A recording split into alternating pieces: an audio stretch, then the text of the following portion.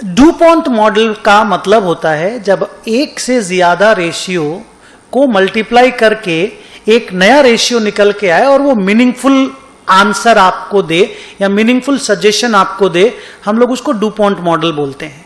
Return on equity में मैं आपको 3 रेशियो का एक डुपॉन्ट मॉडल एक्सप्लेन करता हूं। देखिए, अगर आप पहला रेशियो देखें, net profit ratio, the formula is NP by sales. This is a valid ratio, आपने देखा होगा। उसके बाद एक रेशियो असेट टर्नओवर रेशियो, जिसका फॉर्मूला है sales by total assets of the company. उसके बाद एक तीसरा रेशियो हम लोग उसको बोलते हैं equity multiplier, means how much is your asset to your equity, share holders equity, मतलब शेयर होल्डर की इक्विटी के अगेंस्ट में आपका असेट कितना है, आप असेट कितना टाइम, इक्विटी का कितना टाइम अपनी बैलेंस शीट में असेट रख के रखे हो। तो अगर ये 3 रेशियो को आप मल्टीप्लाई कर देते हो, net profit ratio into asset turnover ratio into equity multiplier. Equity multiplier कुछ बच्चों के लिए नई चीज होगी, it's asset divided by equity. How many times you have your assets in the balance sheet to your equity, that is equity multiplier.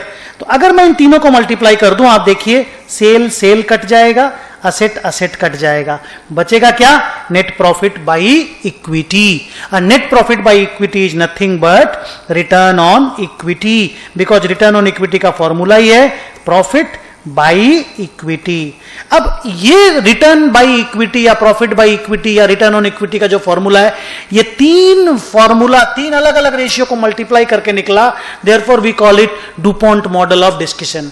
अब इसमें interesting point क्या है कि आपके पास 3 रेशियो हैं रिटर्न ऑन इक्विटी को इंप्रूव करने के।